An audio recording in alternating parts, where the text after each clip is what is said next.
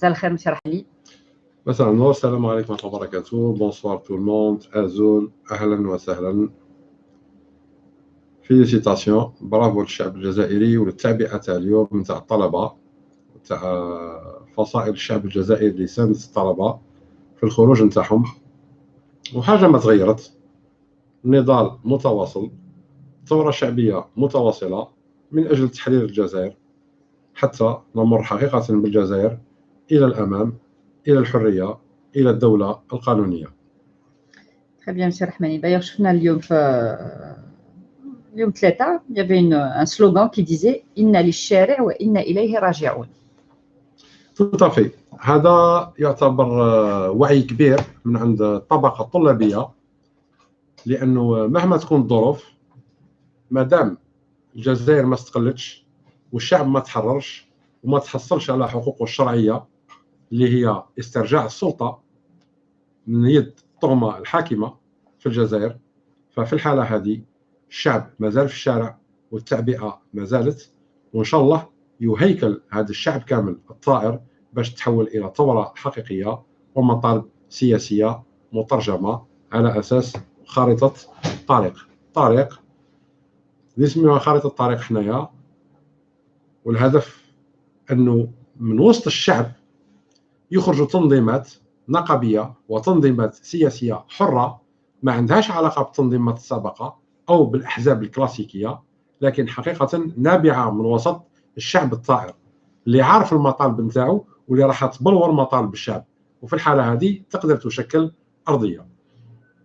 Oui, d'ailleurs, monsieur Rahmani, on va faire juste un constat. Heureusement qu'il y a les jeunes, il y a les moins jeunes, mais on a l'impression que les anciens, ils sont atteints du syndrome de Stockholm, que les jeunes, heureusement, n'ont pas été atteints. C'est-à-dire, oui, إلا كان تبعنا وسائل الإعلام نتاع المافيا سي نورمال تنحت صورة للجزائر، صورة خاطئة، لكن الشعب الجزائري حاليا ما زال على وتيرة الثورة. ما كانش حدث معين صار في الجزائر اللي يخلي الحراك يحبس أو الثورة تحبس أو تنقطع. Au contraire. ما كانش. Monsieur Rahmani, est-ce que vous ne pensez pas que le vrai problème de l'Algérie n'est ni Saïd Bouteflika, ni Gaïd, ni c'est les milliers de harkis qui sont restés en Algérie? Le problème de l'Algérie, c'est les pieds blancs avec leurs apôtres. هذا هو le problème تاع الجزائر. C'est le système néocolonial installé en Algérie à l'aube de 1962 jusqu'à présent qui dirige l'Algérie.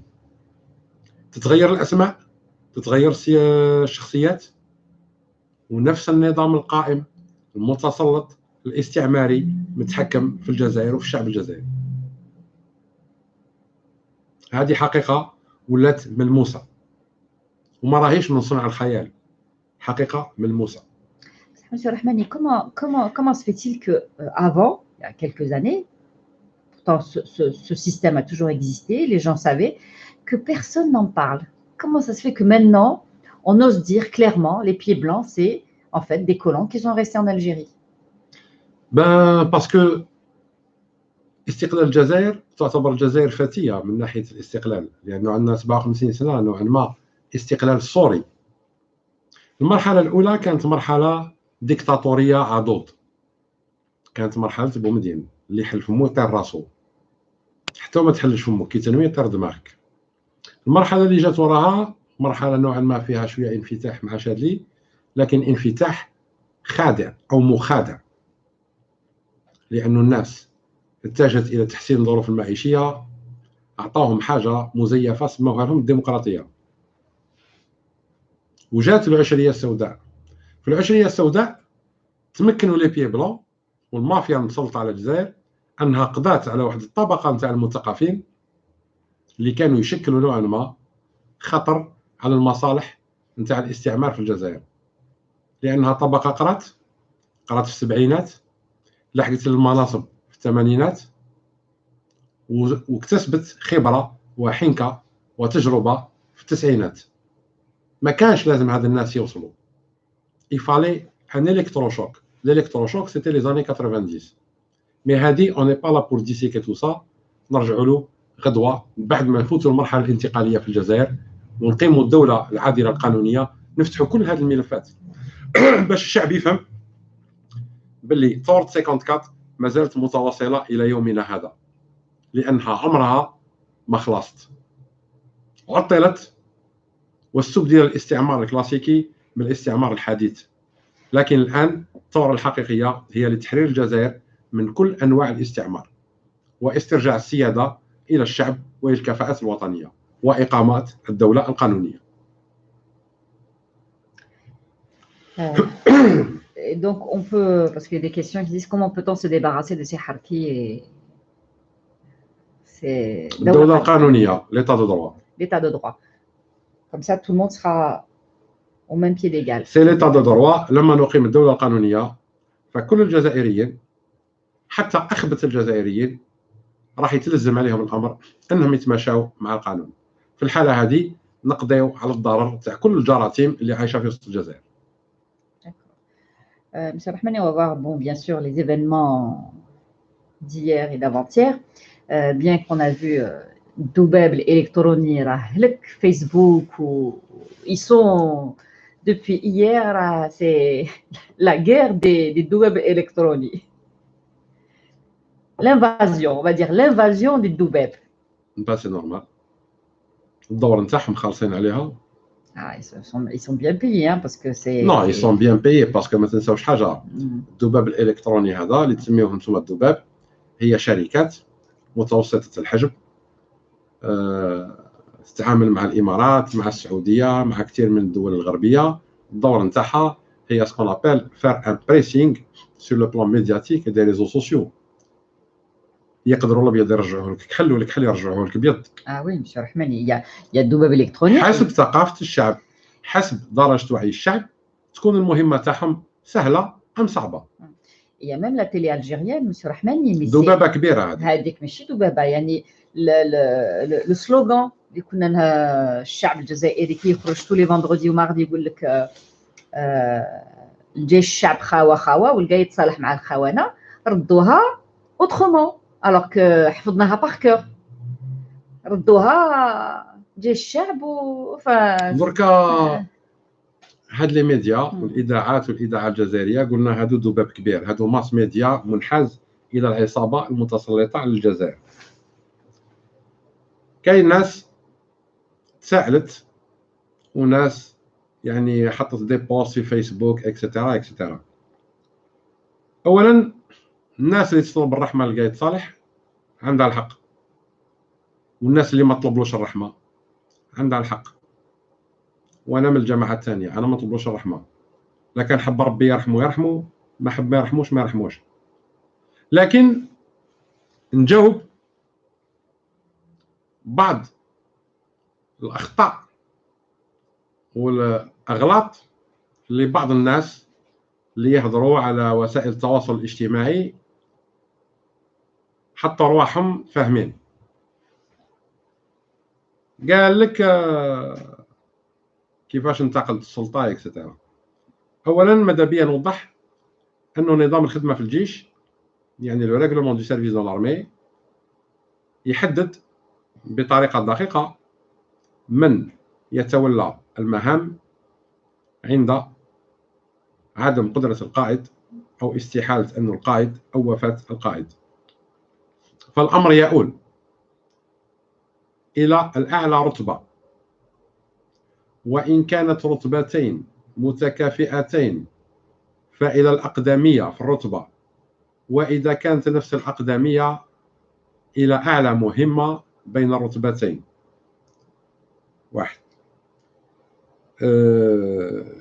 القايد صالح توفى حسب المعلومات على 5 تاع الصباح.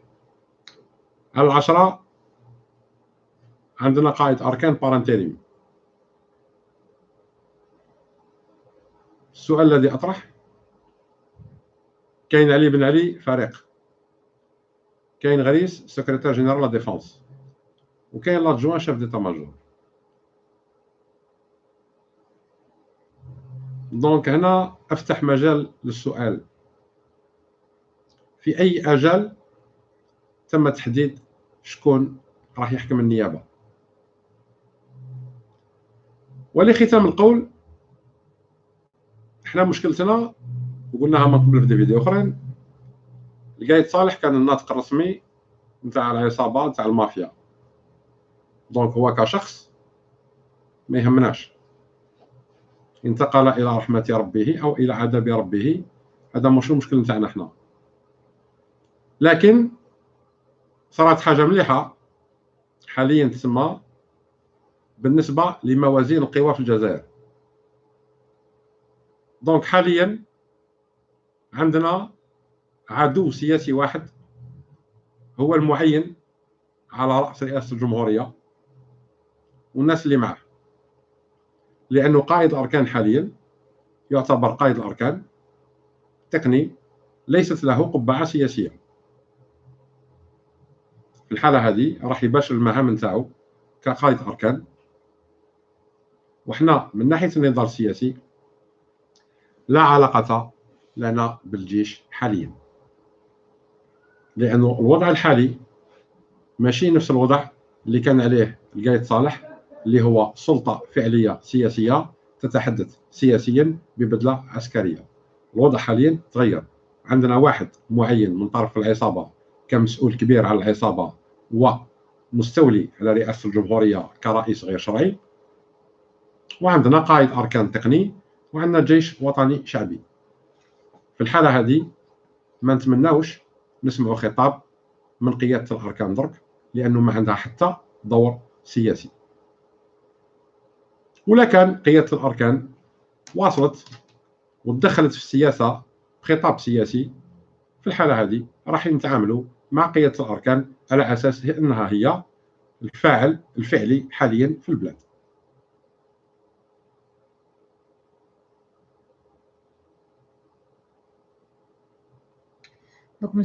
وأشكك في الوفاة نتاع قايد صالح، أشكك في الوفاة تاع قايد صالح، أشكك في الوفاة تاع قايد صالح. يعني تشريح الجثة، كون جيت من ولادو وطالب بتشريح الجثة من أجل التدقيق في أسباب الوفاة فقط. Parce que son remplaçant était, en fait, il n'est pas à sa place. Donc, le général Chengueriha, la logique fait que c'est pas lui qui doit prendre la succession. Parce que هنا il n'y a pas de logique en fait. عندنا un général major chef d'état major، وعندنا فارق علي بن علي تحت القيادة تاعو، يعني عندنا رتبة أقل تحكم في رتبة أعلى منها. Ça doit pas exister. في فهمتي أنا هذه نبوغي، هذه أنا مخي بوغي فيها. لكن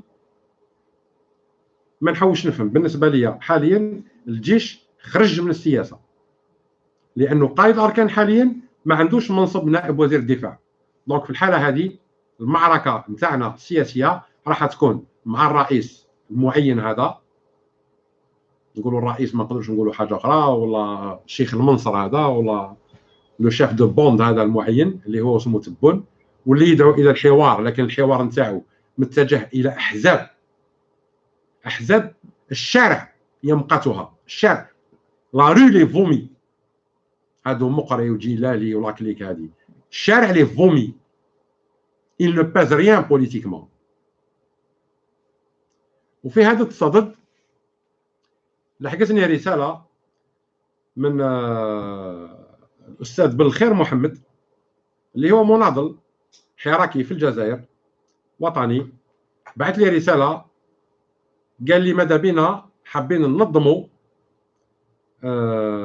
اجتماع وطني، ان كونغري ناسيونال، من أجل إفراز شخصيات من كل البلديات وكل التنظيمات النقابية والفعالة في الحراك، باش تكون عندنا أرضية باش نلقاو مخرج سياسي حقيقي آمن للبلاد. يا أستاذ بالخير محمد، أنا من المنبر نتاعي هذا نقول لك ربي يوفقك إن شاء الله، وأنا أساند المشروع تاعك.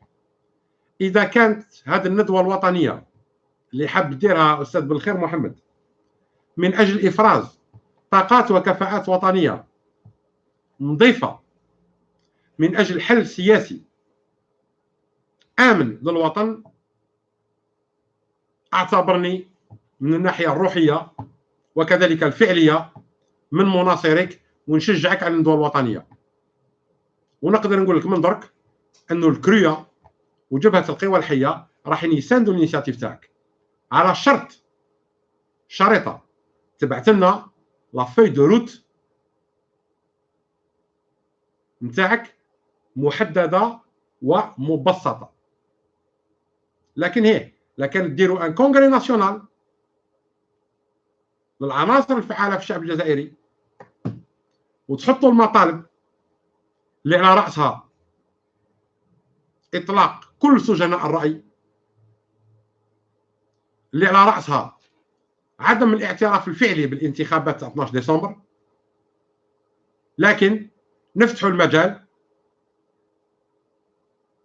ماشي للحوار لأنه لا حوار، نفتحوا المجال لدراسة حل سياسي مع المافيا المتسلطة على الجزائر.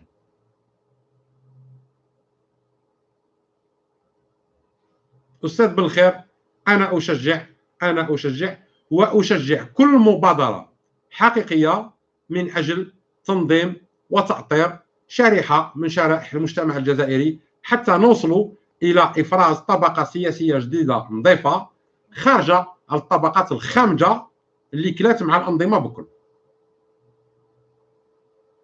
Exactement, parce que M. Rahmani, on dirait que l'Algérie met au monde que des vieux.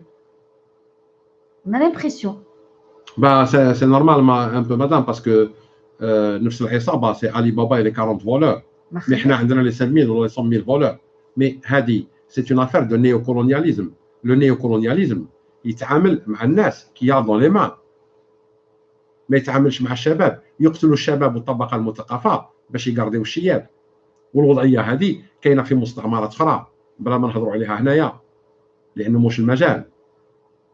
الشيء اللي صاير في الجزائر موش حاجة خارقة على العادة ولا خارجة الطبيعة. التاريخ هنا تعاود مرارا وتكرارا في دول كثيرة نفس الوضع نفس الأوضاع.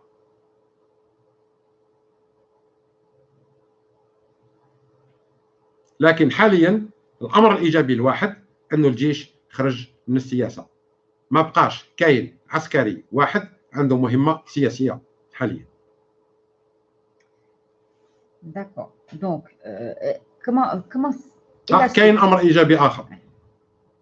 أمر إيجابي الآخر أنه قائد الأركان بالنيابة حاليا يعتبر إنسان عنده ثقافة حقيقية وإنسان حقيقة من ضباط الجيش الوطني الشعبي التقني متمكن عسكريا وثقافيا. برك هذا واش نقدر نقول عليه با بلوس. الباقي أمر خاطئني ما يهمنيش. بالنسبة لي عندنا قائد أركان جيش وطني شعبي خرج من السياسة، لأنه علاقة السياسة تاع الجيش بالسياسة كان منصب نائب وزير الدفاع. سقط المنصب هذا في الحالة هذه. دوك المعركة تاعنا مع تبون كرأس كشيخ عصابة رأس المافيا، المعركة تاعنا معاه ومع النظام اللي هو يمثله. D'accord. Donc, Monsieur Rahmani, vu les questions, les gens se demandent la suite. Comment ça va se passer? Qu'est-ce qui va se passer maintenant? Bon, le Hirak راه متوصل heureusement que les Algériens sont conscients de ce qui se passe et ne se sont pas arrêtés.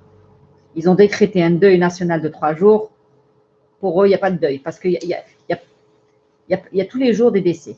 اللي ماتوا في البحر واللي ماتوا مرض واللي دونك ناس تموت في البحر، ناس ماتت في الحراك، ناس طارت عينها في الحراك. Il n'y a pas de raison qu'il y ait un deuil national. كاين شاب طارت عينه دوك راح يسوفري 40 سنة يعتبر معوق. اللي عينه يحزن شغله ماشي 3 أيام يحزن الظهر. سي سون بروبليم. الجزائر عندها مستقبل، عندها شباب، عندها شبان، عندها أطفال، عندنا رضع، عندنا بلاد نبنيوها، عندنا دولة نقيموها. لا سويت سي سامبل. يجب تنظيمات نقابية، يجب تنظيمات مجتمعاتية، يجب إفراز تنظيمات سياسية جديدة. الأحزاب الكلاسيكية أحزاب خائنة، أحزاب حاكمة رأسها من الوسط. Est-ce qu'ils vont les laisser? Est-ce qu'il n'y aura pas de répercussions sur ces groupes parce que ce sera surtout des jeunes aussi qui vont prendre le devant? quand on crée un syndicat, ils auront du mal à arrêter un syndicat. Quand on crée une association, ils auront du mal à arrêter une association. Et quand c'est à travers le territoire, ils auront du mal à arrêter tous ces gens-là. Donc c'est le conseil que vous donnez aux personnes qui veulent... Bien sûr, أنه كل الشعب يتنظم. اللي حاب يلتحق بالكرية يلتحق بالكرية، اللي حاب يلتحق بلا بلاتفورم تاع سي بالخير محمد يلتحق بها. ربما كاين دي جون قاعدين ينظموا في نفوسهم باش يخلقوا جمعيه في وهران ولا في تلمسان ولا في قسنطينه ولا في عنابه ولا في منراس ولا في تقورت ولا في غردايه، ايبا يديروها. اللي حابين يديروا نقابات تاع عماليه حقيقيه ثوريه يديروها، ماشي النقابات هذه المبيوعه اللي خدمتها لي جي تي ا كيما الاحزاب السياسيه افرازات نتنه على فلان، كيما النقابات هذه افرازات نتنه نتاع لي جي تي ا. Parce que surtout, il faut que on vous dit, Monsieur Rahmani, ce pouvoir ne peut pas vaincre. Il est en déphasage total avec la réalité et nous sommes trop nombreux. Effectivement, on est nombreux. Nombreux, mais structuré. Voilà, donc c'est le seul truc qui reste. Structuré. ماذا بيا في كل ولايه تخرج 100 اسوسياسيون 40 نقابه و30 حزب. هكذا تبدا لا ستركتور. من بعد تبدا التكتلات، من بعد تخرج الارضيه.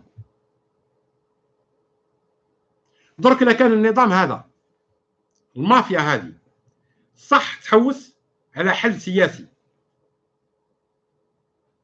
ايبا تخلي المبادره تاع بالخير محمد والناس اللي زيه يديروا ان كونغري ناسيونال بكل حريه، وما يجيبوا لهمش الذباب وتاع لا رانديم ديكيزين ولا فلان، يخليو صح ولاد الجزائر صح من الطبقه المثقفه، جامعيين، طلبه، حركات مهنيه يلتحقوا بهذا لو كونغري ويخلقوا ارضيه. وكذلك من جزائريين المهجر اللي عايشين في الخارج. لكن النيه حسنه صح، لكن اشك انه هذا الناس عندهم النيه الحسنه. انا موافق على الرساله تاعك سي بالخير محمد، ربي معاك فقط. Monsieur Rahmani, je voulais dire merci à Mohamed Yousfi qui a répondu Doubeb. Alors il leur a dit Doubeb, je ne fais pas de commentaires, laissez-moi finir le live. Voilà. C'est très bien, ça ne sert à rien, ils sont très nombreux aujourd'hui. On n'arrive même pas à lire les questions, tellement que. Hujum. Donc, on est désolé aujourd'hui si on ne peut pas répondre aux questions parce que c'est énorme. Hein. Je n'ai jamais vu ça, c'est la première fois que je vois autant de Doubeb. Donc, خليوهم يدوروا على روحهم حتى يعياو de toutes les façons. الناس فهمت. الناس veut écouter de toutes les façons. Ils ne sont pas en train de lire les commentaires, ils sont en train de vous écouter. Donc, on préfère continuer dans le live. Non, احنا ما نهضروش مع الذباب، احنا نهضروا مع اسياد الذباب. نهضروا مع النظام الفاسد اللي يستعمل في الذباب، نهضروا مع المافيا المتسلطه على الجزائر بدون اي شرعيه. نهضروا مع هذا المعين رئيس بدون اي شرعيه. اللي الشارع رافضه والناس الكل رافضته. نهضروا مع هاد الناس. الذباب ما يفيدكمش. ملايين الشعب راهي برا. اليوم غدوه العام الجاي. حابين التفرقه ما تصراش. حابين النظام هذا حاب تقنبل منطقه القبائل ما تصراش. الجزائر كل منطقه القبائل، والقبائل كلهم الجزائر، وحنا كل الجزائر، وحنا كل القبائل، وحنا كل الشاويه، وحنا كل تلمسان وتيارت وهران، وحنا كل الصحراء، وحنا كل. هذا شعب ناض فاق وناض طالب الحريه. ما عندكم اوكين شانس تخمدوا الثوره الشعبيه. دايور اوجه رساله للعصابه، مادام الشعب يطالب برا بالملايين ربما عندكم فرصه. نهار يحبس يتظاهر بالملايين ما بقات عندكم حتى فرصه، باسكو نهار يحبس يتظاهر يجيو ناس ما يعرفوا الهضره، ما يعرفوا التظاهر، وما عندهم حتى اعتبار لاي قانون من القوانين.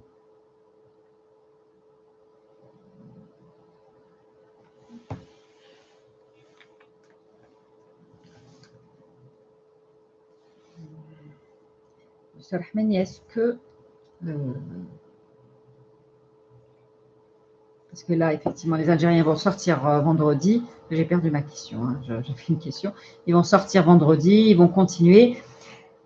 Quel conseil vous pouvez dire aujourd'hui, puisqu'aujourd'hui, les militaires sont de côté, il reste le civil.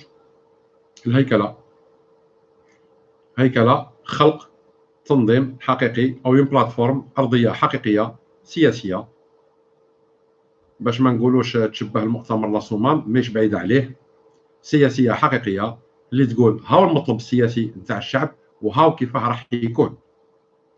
D'ailleurs, Monsieur Rahmani, on a vu aujourd'hui, mardi, le Hirak t'a mardi, ils ont appelé, enfin ils ont, comment on dit,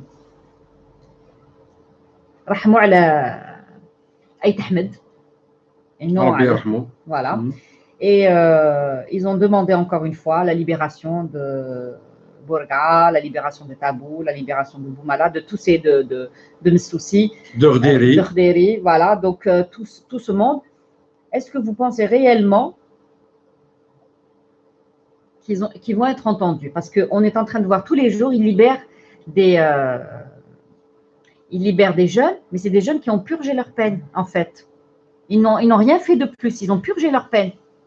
شوفي يا مدام الشعب الجزائري توت فاصون ما تسناش من الناس لا شرعيين يطبقوا الشرعيه ما تسناش من الناس غير قانونيين مخترقين القانون يطبقوا القانون ما تسناش من الناس عاشوا حياتهم بكل عافسين على القانون دركا رايحين يطبقوا القانون درك ولات القضيه باينه واضحه شعب ثائر رافض للنظام والمنظومه اللي حاكمه الجزائر وعصابه قدمت واحد واسمه تبون على اساس انه قائد العصابه اللي حاكمه الجزائر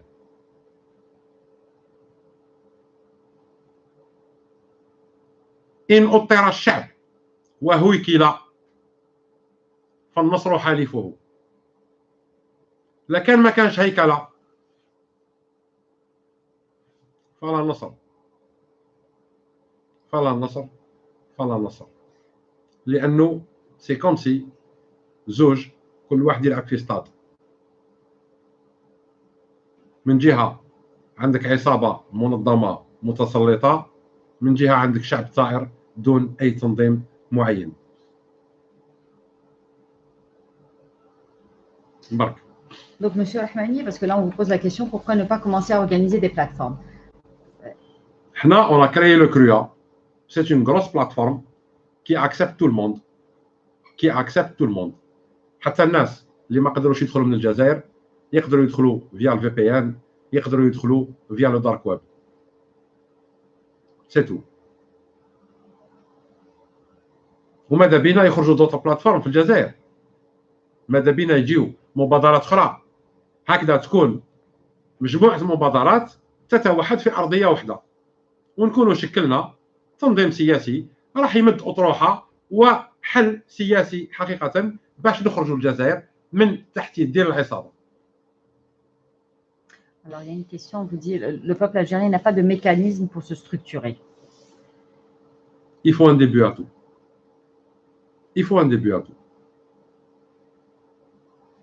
Créer un syndicat d'étudiants, c'est pas difficile. C'est une réunion, un règlement intérieur et un vote. Créer un syndicat des médecins, or les syndicats autonomes نتاع الكذب هذا والخرطي, c'est pas difficile. Créer un syndicat في وسط شركة, c'est pas difficile. لكن مش ما نقولوش syndicat autonome وسناباب وسناطات وسنافاب وشي با كوا.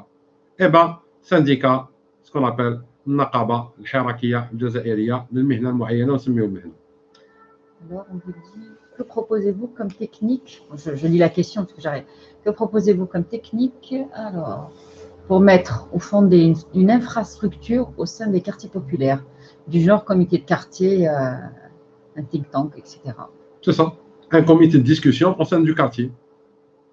Que dans le quartier, je ne sais pas, après Salat al-Maghrib par exemple, donc bientôt il y aura des jours meilleurs, après Salat al-Maghrib, et ben les jeunes يريحوا يحكيوا يبوز دي كيسيون يديسكوت اونتر eux calmement بكل سلميه بكل عفويه ويسمع كل واحد يسمع للاخر ويبدا الشعب الجزائري يسمع لبعضه بدون رفض الاخر.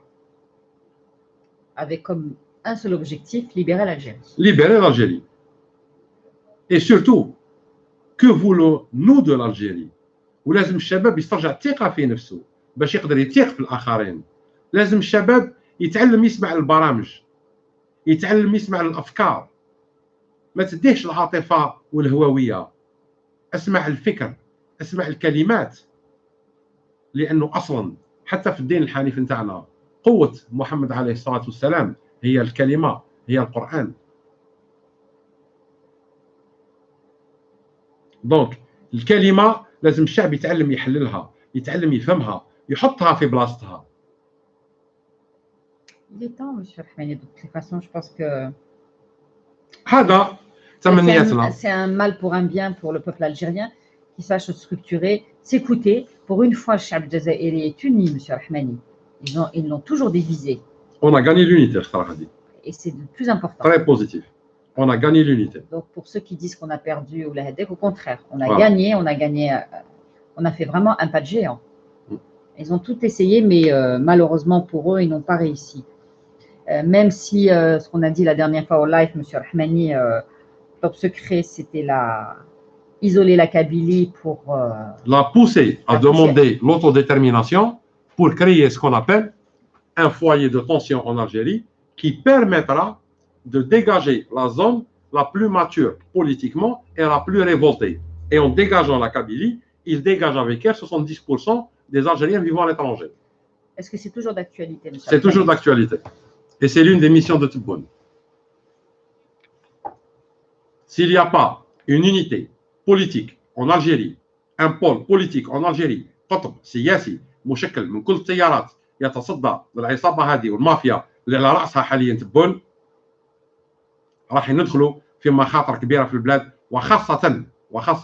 وخاصه أن الخطر من الجهه الجنوبيه محدق بنا على كل المستويات.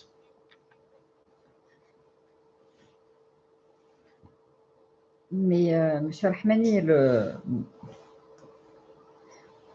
puisque c'est toujours d'actualité ce qu'ils ont envie de faire. Ils ne sont pas seuls à le faire. C'est-à-dire que est-ce que les pays occidentaux sont mêlés de près à cette histoire? Mais, madame, il faut comprendre une chose. Les Occidentaux regardent leurs intérêts. D'accord, leurs intérêts, c'est de prendre le Sud. كون يلقاو l'intérêt تاعهم باللي يسوتنيو، يعني ils vont soutenir un pouvoir يقتل الشعب تاعو، ما يهمهمش. صح monsieur Rahmani. ما يبكيوش على الشعب هذاك هما. On le sait que ما يبكيوش علينا de toutes les façons.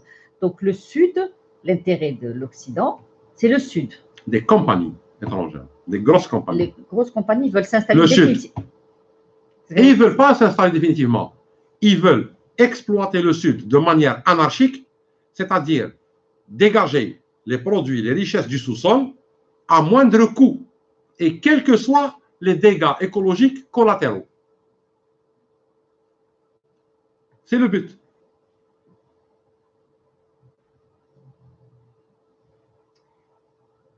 كيما درك actuellement في ليبي معمرة إرهاب، بصح البترول قاعد يخرج، صافي قداه يبيعوا فيه، شكون يشري فيه؟ C'est le but. À moindre coût. Oui. C'est tout. Monsieur Rahmani, à moindre coût, c'est déjà depuis longtemps. Ils exploitent le pétrole et le gaz en Algérie depuis déjà très longtemps. Est-ce qu'ils ont découvert d'autres gisements? Est-ce qu'ils ont découvert autre chose? Il y a des minerais, il y a des métaux, il y a des métaux lourds, il y a des minerais. Pour les exploiter, il faut mettre des infrastructures très coûteuses et engager des investissements énormes. Mais si on veut les exploiter de manière anarchique, sans tenir compte de l'écosystème environnant, ils peuvent le faire. C'est ce qu'ils veulent faire. C'est l'exploitation à moindre coût. Oui. C'est tout. Les gisements كاينين. الجزائر فيها البترول، فيها الغاز، فيها دي جيزمون، فيها دي مينري، فيها حوايج بزاف. فيها بصح ناس خونه حاكمينها، ناس حركه حاكمين البلاد. هذا هو اللي معطل l'essor de l'Algérie et le développement de l'Algérie. Parce que la seule explication نقدروا نلقاوها علاش ضربوا المنظومه التربويه، علاش خلاو ولادنا يقراو في الجهل، سي بيان كي تحب تسرق شعب اعميه، كيفاه تعميه؟ حطم المنظومه التربويه تاعو. دونك لو كريم اي لا اي لو موبيل اي لا اي لو كريمينال اي لا. الحمد لله الشعب فاق، لكن لازم الشعب يتهيكل باش تولي القوه نتاعو عندها قوه سياسيه، باش المطلب نتاعو يتبلور سياسيا. Maintenant, les Occidentaux, mais le mouche عليهم, tout le monde est notre ennemi. Et tout le monde est notre ami. Ça dépend où est-ce qu'on se positionne. L'Occident, c'est ça. يلقاك قادر على شقاك وتعرف مصلحتك ينيغوسي معك غانيون غانيون، يلقاك حمار وبغل ينيغوسي معك هو غانيون انت بيردون. وهذه مش من اليوم، من نهار بدات المعاملات بين الشعوب والقبائل. واقف على شيك تيغان، تغفل على شيك يديوهولك. ما تغيرتش الامور، ما تغيرتش. بكري يلقاك ضعيف يجيب العسكر ويحتلك، دوكا ما عادش تحقوها. يلقاك ضعيف يدخل لك زوج ثلاث شركات يستعمروك. Monsieur Rahmani, pourquoi ils n'ont pas fait quand vous avez appelé au Tas'id? C'était facile de fermer les bases et ils auraient pu le faire et on se serait débarrassé de Mais qui ferme? C'est العمال qui sont structurés dans des syndicats. ما عندناش les syndicats مبيوعين للدولة. وين هما les syndicats de médecins؟ داروا حالة على ليميتاسيون. بصح انا ما شفتش لي سانديكا دو ميدسان يدينونسيو في الدول مدرح، ما شفتش لي سانديكا دو ميدسان يدينونسيو في لي كونديسيون دو طرافاي نتاعهم في السبيطار، ما شفتش لي سانديكا دو ميدسان يمدوا لنا دي زيتود اي دي اناليز سور لا سيتواسيون سانيتير اون الجيري. بصح شفناهم كيقولوا روح دير سيرفيس سيفيل تاعك في الصحراء، ناضوا بكري يتجاراو برا. ما شفناهمش. العمال زادوا لهم 100 فرنك الشيوخ هذوك ولاو يقريو. واش يقريو؟ بكل على بالهم ils sont en train de bourrer les enfants. قاعدين يحرقوا في مخاخ الولاد الصغار. alors que محتاجين الولاد الصغار هادو هما اللي يهزوا الجزائر غدوه. c'est eux l'avenir de l'Algérie. يقتلوا لهم في المخاخ نتاعهم في المدرسه الابتدائيه بعد. c'est une imposture monsieur. بصح ولاد الناس المرفهين يقراو في البريفي ويكملوها في الخارج، بصح ولاد الشعب بوري له مخو، عمره له بالمعلومات الغالطه والفاسده بالحشو، الحشو العلمي اللي ما عنده حتى فايده.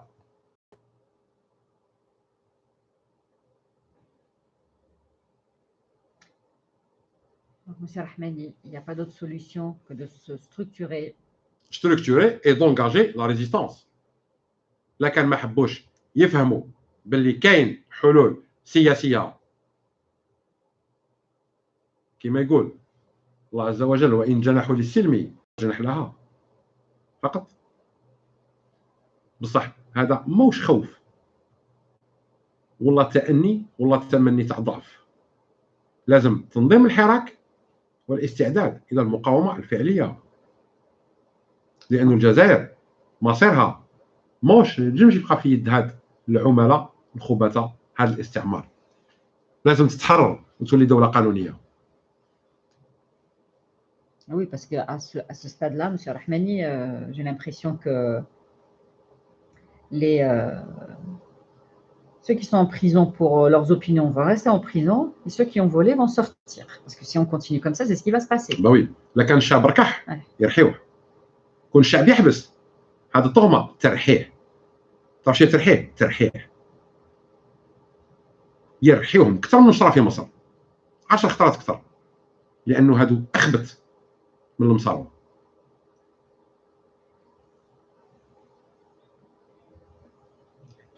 Si c'est les mêmes questions qui tournent, on Oui, oui, monsieur Rahmani. Non, on n'arrive pas à voir les questions parce que j'arrive à détecter quelques-unes. Tout le reste, c'est دوباب électronique ويعيي في روحه parce que même ناس فهمت ne font plus cas de ces mouches électroniques. Ils sont en train de non, الناس فاقوا لهم صاي سيدي. ما فيسبوك على بالهم الناس دوباب الناس ديجا الوفاه نتاع قايد صالح ça m'a permis de nettoyer فيسبوك تاعي با مال دو موند دونك سي تري بيان ديجا. دونك ختام القول حاجه ما تبدلت صوف امر ايجابي. الجيش اوفيسيالمون خرج من السياسه، ما بقاش يقدر ينطق رسميا في السياسه لانه القبعه نتاع نائب وزير الدفاع ماهيش عند اللي يحكم ليطا ماجور. ماتنون اللي يحكم ليطا ماجور سي نوعا ما من ناحيه ثقافيه تكنوقراطيه سي لو كونترير تاع قايد صالح. دونك الكفاءه تاعو مثبته من الناحيه العسكريه من الناحيه التكنوقراطيه. تبقى حاجه اخرى النوايا تاعو ولا النوايا تاع الناس اللي حطوه ولا اختاروه، يعني على عكس ما واش يقول لو ريغلومون دو سيرفيس دون لارمي ما نعرفوهاش، راح تبان مع الايام القادمه. لكن كفاءه عسكريه كفاءه تكنوقراطيه وي يا ريان ا دير سور لو بالون. Monsieur, une question, Monsieur Rahmani, juste, est-ce qu'ils peuvent créer un état d'urgence? Est-ce qu'ils sont capables de créer On est en état d'urgence. Non, mais une réelle état d'urgence où ils feront sortir. Non, on y est, madame, on y est. يديوك للحبس بدون تهمه، يركبوا لك تهمه غير مصنفه قانونيا، يحطوك في الحبس وترشاي ما على بالكش على واحد. هذا هو ليتا ديرجونس. يمنعوا التظاهرات، يمنعوا المدينه تدخل لها، يحبسوا الكرام في الطريق، يحبسوا العباد في الطريق، يلقاو عندك درابو في لامال يقاريو لك الطوموبيل 7 سوايع حتى من الدرابو ناسيونال ولا ان كريم. واش من ليتا ديرجونس مدام؟ اون اي ليتا ديرجونس.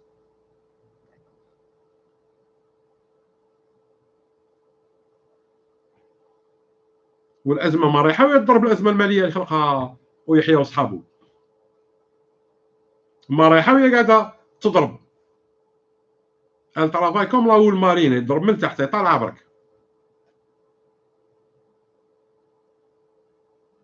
Très bien, Monsieur Rahmani. Donc, كلمه اخيره، حاجه ما تبدلت، الحراك مستمر، لكن تمنيات نتاعنا انه الحراك يتهيكل، انه تخرج طبقه سياسيه نخبه سياسيه لا شتات تياراتها مختلفه لكن من اوساط الشعبيه الحقيقيه تاع الحراك هذا، ماشي من الاحزاب الكلاسيكيه اللي قاعده تسنى كالضباع في البرلمان والانتخابات المحليه. والسلام عليكم ورحمه الله وبركاته. merci, شكرا سي رحماني.